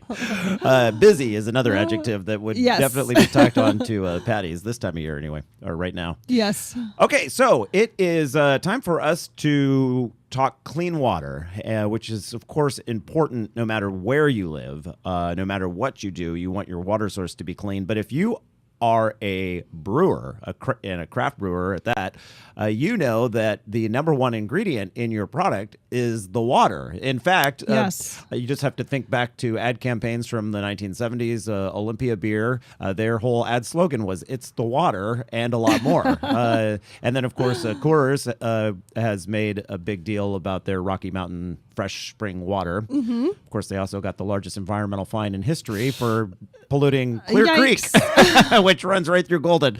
They've come a long way since then. Yes. So I don't want to dig up old stuff, but what I find very interesting right now is a pledge that brewers from coast to coast are being asked to join on to. It is the Clean Water Pledge, and many brewers are jumping on it and saying this is a great idea. Josh Mogerman with the Natural Resources Defense Council, this is his baby, and he joins us from Chicago, Illinois right now. Hey, Josh. Good morning. Thanks for having me on today. Yeah, great to have you here. I know that one of the breweries who's already signed this pledge is Goose Island, which is a Chicago original. Of course, now it's owned by InBev, but as I understand it, Goose Island has maintained their anonymity and still makes some pretty good honker ale and whatnot. I was at a music festival yesterday that they were supplying beer for, and they make great stuff. It was a vastly improved festival thanks to their product. Right. So in a nutshell, for me and Patty and everybody else listening, what is the pledge? Sure. Well, it basically revolves around the idea that you can't have great beer without great water. Basically, clean water is essential to more than great tasting beer. It's critical for public health and for the health of a wide range of industries. Responsible safeguards protect our product from upstream pollution and help us protect our downstream neighbors. Basically, these guys are saying that they're going to speak out on behalf of the Clean Water Act and clean water protections. It makes sense. Like you said, beer is 90% water. It's the only ingredient that they cannot source from other places. A brewery is reliant on their water source, and so if their water gets messed up, their business gets messed up. So they have an important voice to share in this whole discussion. And it sounds like the brewers are not only saying that they're going to be conscientious and they're going to be part of the solution, but they're also calling on the government to take part in this, right? They are. The first sort of active piece of the campaign was a letter that 20 of the brewers sent earlier this month, asking for the president to step up and put out, this sounds a little nerdy, but there's an advisory that the EPA has been sitting on for some time that clears up how the Clean Water Act is enforced as it relates to wetlands and small streams, and those are really important. During the Bush administration, there was a decision made that those bodies of water were no longer protected by the Clean Water Act, which obviously has a big impact on the bigger bodies of water that we all rely on, since they're fed by these smaller streams and such. We're a couple years late on the Obama administration putting out those advisories so that people know how to enforce the Clean Water Act, and the brewers are speaking out and saying it's time to put these stronger protections in place. Josh, for those people watching our video simulcast right now at eatdrinkexplore.com, we are showing a video clip that the Natural Resources Defense Council has on the Clean Water Pledge page of your website, and boy, the list of brewers that are you're going through in this video, so many great names and terrific products out there. How did you get this big group on board? Well, we like beer in Chicago. And so, really? Yeah. Yeah. And we're surrounded by a lot of states where there is a craft beer explosion going on. Michigan, in particular, is really amazingly fertile ground for craft beer right now. And so we started by reaching out to a couple of very big, very clearly sustainably minded breweries nationally, and in our neck of the woods. So we talked to the folks at Goose Island. We talked to the folks down in Chico, at Sierra Nevada.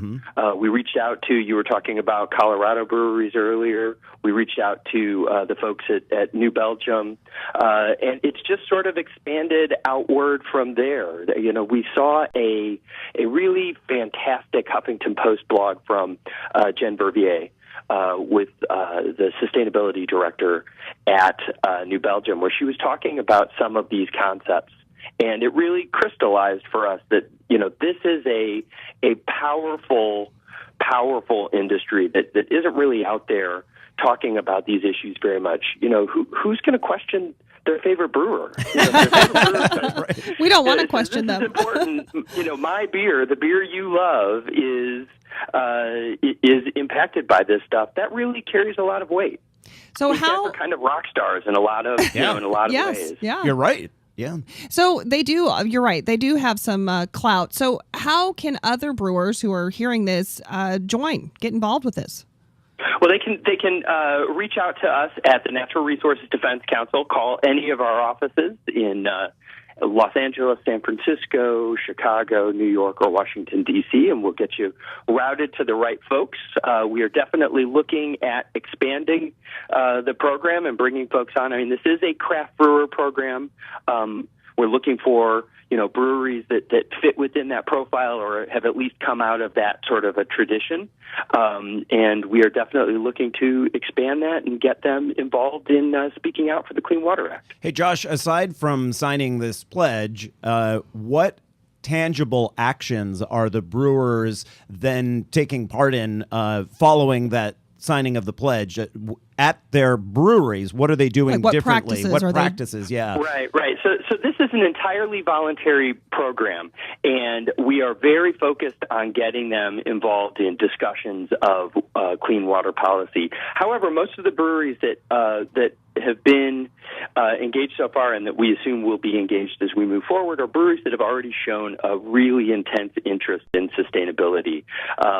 If you look at, for example, the work that many of them are doing on water efficiency, you know, they are very big water users, and finding ways to be more efficient in their brewery, to cut down on water waste is something that's really important, not just to their business, but to their own sort of sense of the importance of sustainability. And so we're talking to them about ways that we can help with some of those issues moving forward. But really, this is very much about getting out there in the public and talking about the importance of clean water. Yeah. Something that unfortunately has been more and more of a fight in recent years. There are a lot of chemicals used in brewing as well, because sterilization is so important. If you don't have a clean tank that you're putting this beer into, you infect the entire batch. And you don't want that. You do not want that at all. So I have seen a lot of these caustic chemicals being used to clean out all the brewing equipment. And so then that has to drain somewhere. Right. So there's that angle to it as well. If they could use less but still keep the same level of sterilization, maybe work on that a little bit. Absolutely. And, you talk to these guys, they are hardcore water nerds. I mean, they are. You're right. They are really, really deep into this stuff. And when you talk to them about sterilization, that's something that they point to. They say, we'd like to find better ways to do this, and we'd like to evaluate better chemicals and better opportunities. So this is a problem that I think they're addressing. NRDC.org, National Resources Defense Council. Josh Mogerman, live from Chicago. Thank you, sir. Thanks for the invitation. You guys have a great morning. You too. Best of luck with the initiative. We're back in just a moment. The traditional light bulb, a groundbreaking invention in 1879. Other groundbreaking ideas from that time: the whalebone corset, the pedal-operated submarine, and the two-story outhouse. We've come a long way since then. It's time our light bulbs did the same. Visit EnergySavers.gov and learn about energy-saving light bulbs. See, these new bulbs are more efficient than the old ones, like a text message is more efficient than a carrier pigeon. They last longer, too, like how we humans last longer now that doctors use antibiotics instead of leeches. And they cut down on our energy costs, because in our own groundbreaking age of aeroplanes and moving pictures, we deserve a light bulb that saves us some cash. Saving energy saves you money. Learn more at EnergySavers.gov. Brought to you by the U.S. Department of Energy and the Ad Council.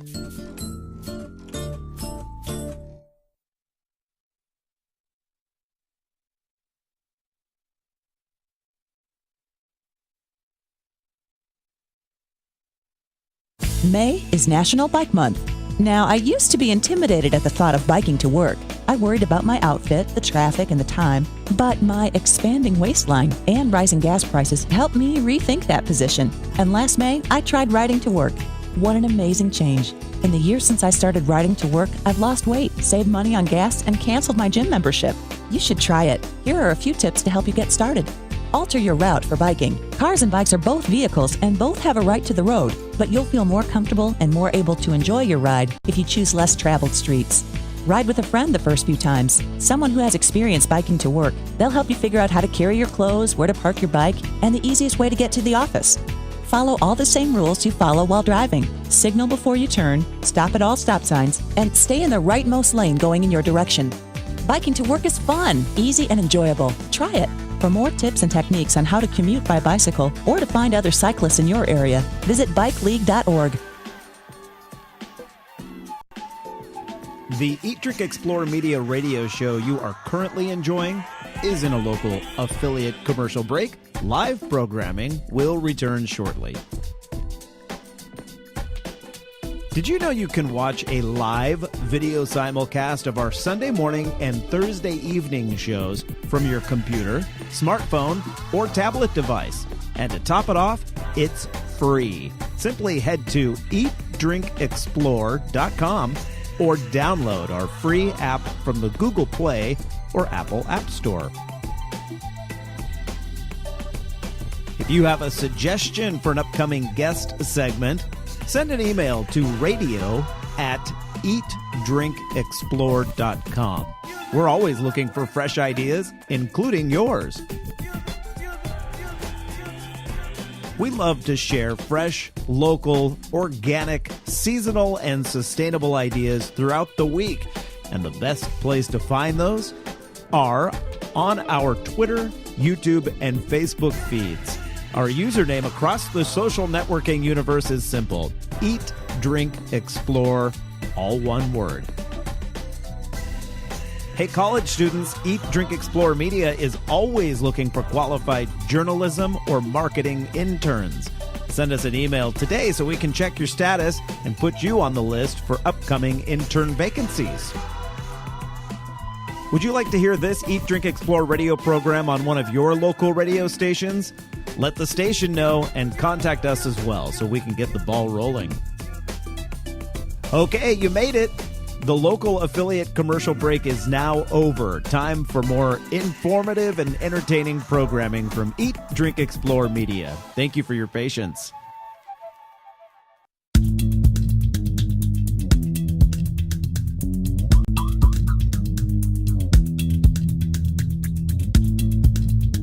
Welcome back to the Eat, Drink, Explore radio network. Here now is your fabulous host, Mr. Randall White.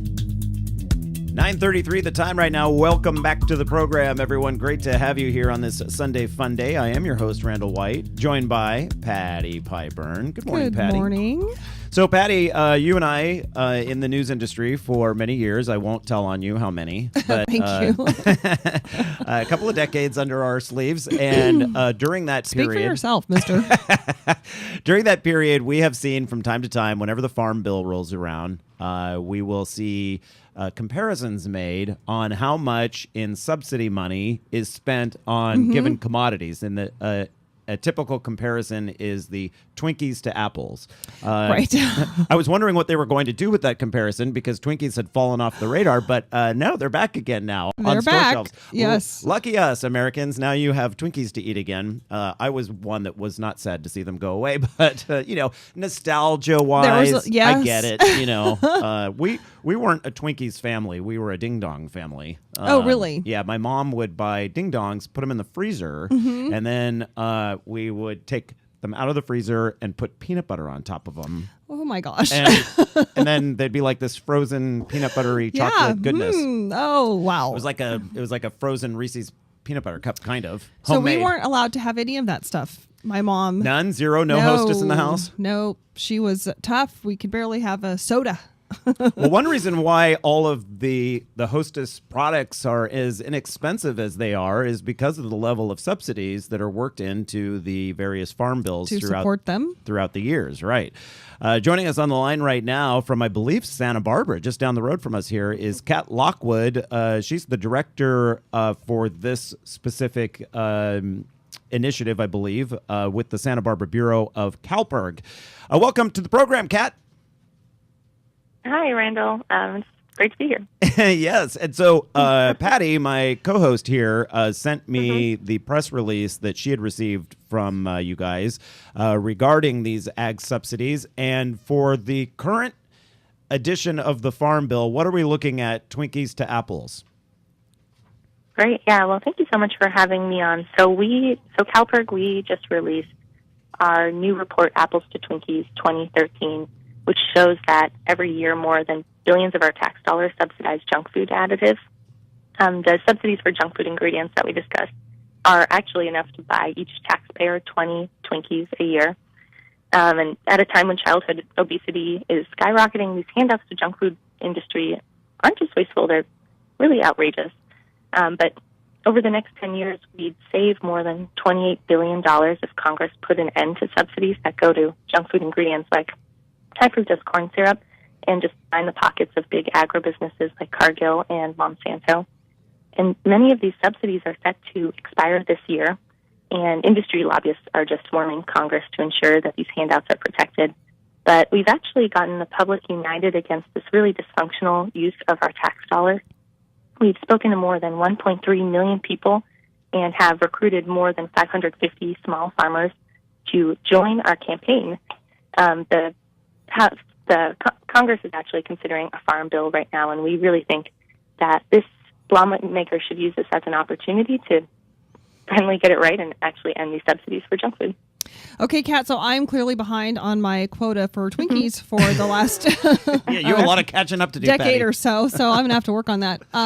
So I was reading the executive summary on the report that you all sent out, and it says since 1995, the government has spent nearly, I'm just going to round up, nearly $300 billion on agriculture subsidies and nearly $20 billion on subsidized corn and soy-derived junk food ingredients. That is a lot.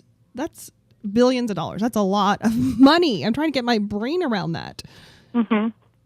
Yeah. So when you break down, we're at a loss for words here. Yeah, right. When you break down a Twinkie, what you're doing is saying that one of the main ingredients in a Twinkie is high fructose corn syrup, and so there's a lot of money going to support that. Do you break it down even further? I mean, are these just subsidies that go to growing corn in general, or is it specifically money for that byproduct of corn? Yeah. So our report actually looks at how the government subsidizes 17 of the 37 ingredients found in Twinkies. So to illustrate that problem of wasteful subsidy, we're pointing out how subsidies for junk food ingredients are enough to buy each taxpayer 20 Twinkies every year. But the tax dollars that went to subsidies for the 4 most common junk food ingredients are mainly what we looked at, though there are subsidies for a whole lot more. But those 4 were corn syrup, high fructose corn syrup, cornstarch, and soy oils, which are processed further into hydrogenated vegetable oils. And really, it's just that companies like Monsanto spend $200 million lobbying every year to get these handouts. And actually 75% of these subsidies go to the top 4% of farmers, the big agribusinesses that make commodity crops like corn and like soy, and then those become high fructose corn syrup and ingredients like soy lecithin and get into our food as junk food additives. It's really an antiquated system, is it not? I understand the evolution of the Farm Bill, started way back in the Dust Bowl days and, started to, keep going through different iterations. And it made sense to have these subsidies in place to keep certain commodities at a given price so that it encouraged farmers to work the land, and they would know that they would, be safe if it was a bad year. They would have some stability. Right, and that sort of thing. But that aspect of subsidizing farms doesn't necessarily work in today's environment. Would you say that that's true, Kat? Yeah, exactly. These parts of the Farm Bill were created in the Depression, actually, at a time when they were definitely needed. But then today, these subsidies disproportionately benefit the biggest agro-businesses and just provide support to an established, profitable industry that really doesn't need it anymore. And that's why we think that the Farm Bill needs reform. Basically, anything you could think of would be a better use of these dollars than subsidizing the ingredients that go into junk food, which is basically what we're doing right now. So, Kat, you have a lot of factoids here on the press release and the report that you sent out. So one of them is that California residents share in this junk food subsidies, and the portion for California would be, if I'm reading this right, $129 million a year on average. Is that right? Yeah, that's right. So, and then compare that with about $4 million to subsidize something. You've compared Twinkies and apples. So $4 million for apples. So we know what you're saying is wrong with what's going on here. What would you like to see happen? How would you like to see things change? So lawmakers actually have the opportunity in the current Farm Bill that's in Congress right now until September to cut the worst subsidies from the Farm Bill. We really just think that this is wasteful use of our tax dollars. Again, anything you could spend our tax dollars on would be better than junk food. And so we really are just advocating that lawmakers should use this as an opportunity to cut these subsidies and then so you're not really advocating for a replacement, like pay for this or pay for that. You're just saying stop paying. Yeah, exactly. We just think that these subsidies are a waste. Not only are they wasteful, but they're contributing to a childhood obesity epidemic here in our state. And then, really anything we could do with the money would be better. And it's a great opportunity to have some more money in our budget when we're making tough budget decisions. And what do you see as the likelihood of that happening? Like, what sort of support are you seeing in Washington right. That's a good question. Is in line with what you'd like to see?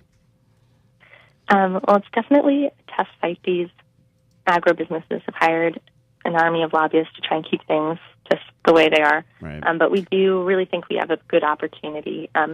Everyone can agree that the last place we should waste taxpayer money is on junk food. And so we have been working on this campaign for 3 years now, and we've actually been able to get some unlikely bedfellows together, representatives who want to cut spending and then also ones who care about public health. We think it's a great place to cut some spending to protect public health. So we actually think that our opportunity will be the House just passed a bill that actually really does not do anything to cut these wasteful subsidies, and then the Senate has to pass their bill as well. And we think when the two come together, we'll be able to pass an amendment that would cut the worst subsidies through the direct payment program. So you mentioned that you do have a cadre of farmers who are supporting what you're pushing. Are any of those farmers connected to some of the large agricultural companies? We've mostly been working to get small farmers on board. Really, it's just pretty unfair. A lot of these big agribusinesses use small farmers as political cover and say, don't cut our subsidies because you'll hurt small farmers. But actually here in California, 91% of small farmers don't see a single dime because we here in California actually grow healthy fruits and vegetables that are actually good for you. Oh, good point. Mm-hmm. Yeah, so they're not really reaping the benefits on this one. definitely not. They are not getting any of the benefits, and so we definitely have been able to get them on our side. We've gone to farmers markets and sort of organized and gotten these small farmers onto our side and show that even small farmers are actually with us as well. So for just people who are listening, who aren't farmers, who are just consumers, just people in the audience, what do we do? How do we help change this? And you'll have to do that pretty quickly in about 20 seconds. Well, CALPRIG, our mission is to stand up to powerful interests. We have 25,000 members across the state. You should check us out online at calprig.org because having folks sign our petitions, sign up as members, join our campaign is what gives us all of our political strength. All right, sounds good. Kat Lockwood with calprig.org. We have a link at eatdrinkexplore.com under today's program summary.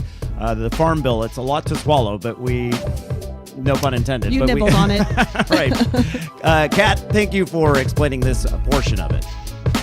Yeah, thank you so much. It was great to be here. We're talking champagne right after the break. Randall White here, host of Eat, Drink, Explore Radio, with a tip for Central Coast wine tasting. Eberly Winery was recently voted Winery of the Year by the world's top sommeliers and has one of the best local tours according to Wine Spectator. Eberly Winery open daily 10 to 6, and the winery's cave tours and wine tasting always complimentary. It's easy to find, too. Located on Highway 46 East, just 3.5 miles from Highway 101. Now it's time to plan your visit. Just head to eberlywinery.com. Imagine a world where bullying isn't considered a normal part of childhood. A world where I'm not afraid to go to school. To speak out. To be myself. A world where I'm not afraid to be caught alone. Come on, punk. We have the power to stop the bullying. Speak out. Speak up. Educate. Find out what to look for and how you can make a difference at bullying.org. Bullying is not kids being kids. It's not about good homes or bad homes. It's not a normal part of growing up. I shouldn't be afraid to get on the school bus. To turn on my computer. Message. Or walk to my locker. Did you know that a bully will stop his or her behavior in 10 seconds when their peers speak up? Use your voice. Hey, leave him alone. We have the power to stop bullying. Find out more at bullying.org. Bullying.org. Where you're not alone. Where you're not alone. Where you're not alone. Randall White here, host of Eat, Drink, Explore Radio, with a tip for Central Coast wine tasting. Eberly Winery was recently voted Winery of the Year by the world's top sommeliers and has one of the best local tours according to Wine Spectator. Eberly Winery open daily 10 to 6, and the winery's cave tours and wine tasting always complimentary. It's easy to find, too. Located on Highway 46 East, just 3.5 miles from Highway 101. Now it's time to plan your visit. Just head to eberlywinery.com. The Eat, Drink, Explore Media radio show you are currently enjoying is in a local affiliate commercial break. Live programming will return shortly. Did you know you can watch a live video simulcast of our Sunday morning and Thursday evening shows from your computer, smartphone, or tablet device? And to top it off, it's free. Simply head to eatdrinkexplore.com or download our free app from the Google Play or Apple App Store. If you have a suggestion for an upcoming guest segment, send an email to radio@eatdrinkexplore.com. We're always looking for fresh ideas, including yours. We love to share fresh, local, organic, seasonal, and sustainable ideas throughout the week. And the best place to find those are on our Twitter, YouTube, and Facebook feeds. Our username across the social networking universe is simple: Eat, Drink, Explore, all one word. Hey, college students, Eat, Drink, Explore Media is always looking for qualified journalism or marketing interns. Send us an email today so we can check your status and put you on the list for upcoming intern vacancies. Would you like to hear this Eat, Drink, Explore radio program on one of your local radio stations? Let the station know and contact us as well so we can get the ball rolling. Okay, you made it. The local affiliate commercial break is now over. Time for more informative and entertaining programming from Eat, Drink, Explore Media. Thank you for your patience.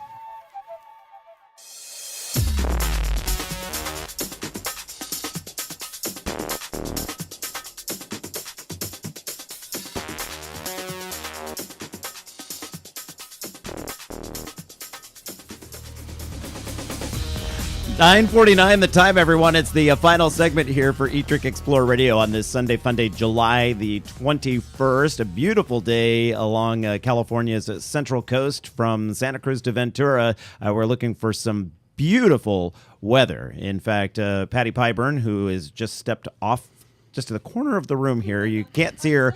Can you pot up Patty's mic there? Patty, you were saying... I'm still here. Weather-wise, we're looking good, right? Yeah, today looks really nice across California. Here's the thing. It gets crazy tonight and into tomorrow, into Tuesday. We've got some heat advisories for Reno, Tahoe area, thunderstorms for the Sierra, including all the way down to LA County, mountain desert areas, inland areas have this chance for thunderstorms and showers. Flash flood watch in effect for Kern County and Tulare County through Monday night. South-facing beaches, if you're in the southern portion of the state, rip currents. Watch out for that in the south-facing beaches. And I'll give you the temps. Sacramento, expected to hit 95 today. Should that's be, not too bad. Sunny and okay. But tomorrow, the next day, chance of rain in the 90s. San Francisco, 65 today.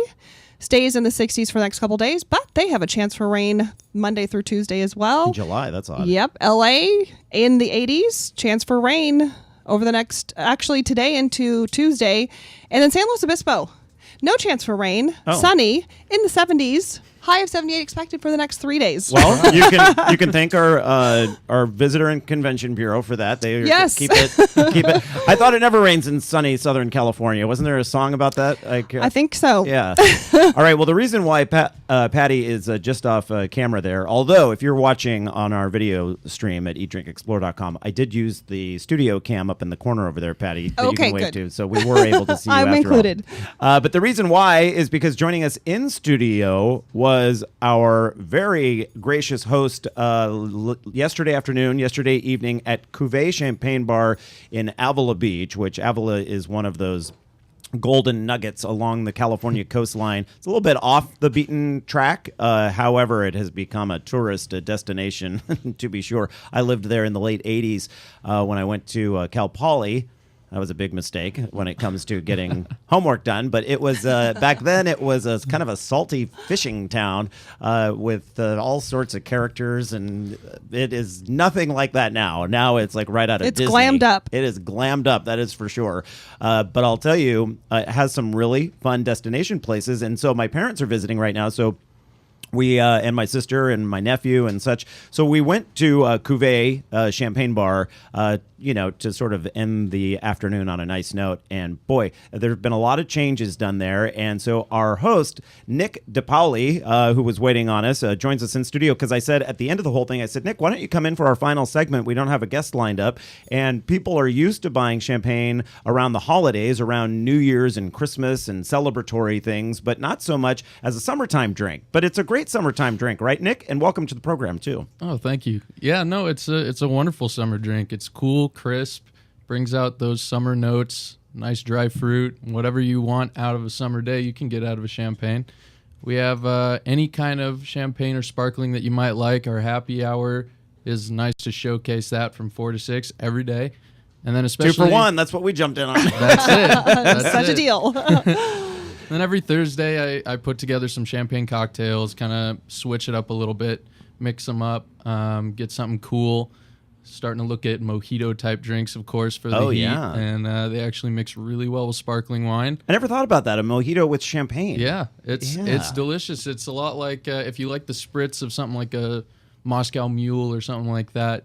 This might be your drink. So we throw around the word champagne, and we were actually laughing during the commercial break about this. In California, we have to refer to it. We don't have to, but you should obey the international rules and refer to it as sparkling wine.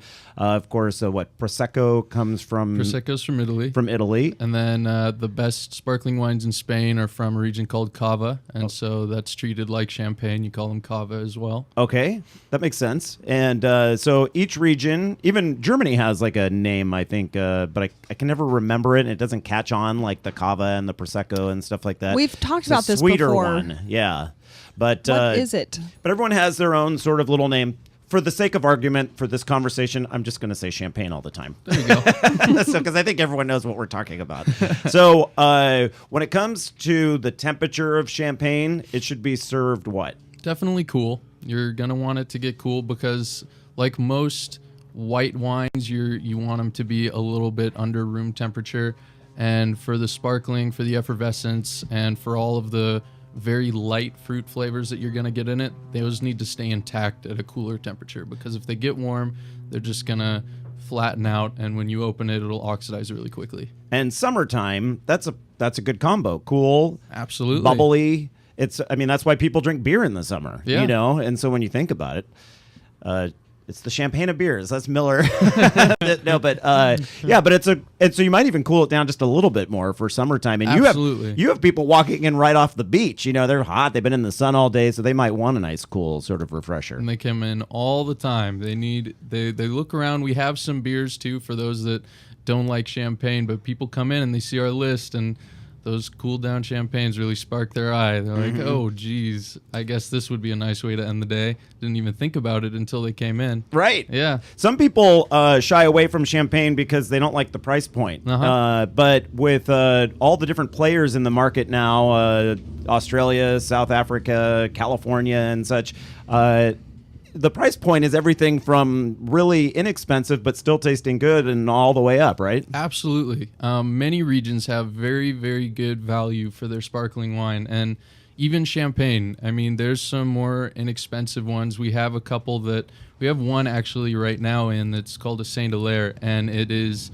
literally like within miles of the Champagne region, so it can't take its name. Oh, okay. But it's up to the same standards of production, and it actually surpasses most, and you're getting it at like a third of the price. Wow. Yeah. And what's the name of that one? Saint Hilaire. Is that what we were drinking last night? That's one of the ones that I gave you, actually, yes. That was the second half of your happy hour. And were you saying that you used to use it as your house? We did, yes. Yeah. I was going to ask you before I left. We ended up running and getting a fish taco really quickly, and so I never had a chance to say goodbye, but I was going to ask you again what it was called because everyone at the table was really enjoying it. But if I remember correctly, price-wise, it's not a bank breaker. No, not at all. We had the Saint Hilaire, and you also had a Charles de Fer, and they're both French sparklings, and they're both very reasonable price-wise with just an incredible palate. Very comparable to most champagnes. Patty, Randall. yeah, I was just going to pull you in.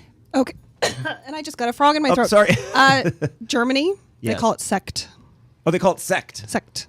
S-E-K-T. Just wanted to interject that. Yeah, So now you know. We'll have to get some sect in. Right, see? And Patty, your favorite is still Andre? Come on, Randall. You know I like... No. I'm just teasing. It's Cooks. I was going to say a name that I thought, well, I shouldn't be beating up on another brand. Right. Nick DiPaolo joining us here on Eat, Drink, Explore from the Cuvée Champagne Bar. You can find more information online at CuvéeChampagneBar.com, and that's 2 E's, C-U-V-E-E, if you've never spelled Cuvée before. Nick, thank you so much for joining us. Thank you. I know you got to head off to work. All right, everyone, thank you for joining us here on the Eat, Drink, Explore Radio Network for another Sunday Fun Day. Get out there and enjoy yourself. You've been listening to the Eat, Drink, Explore radio program. If you missed any of our segments today, look for them online or through our free Apple and Android apps. Catch you back right here next week.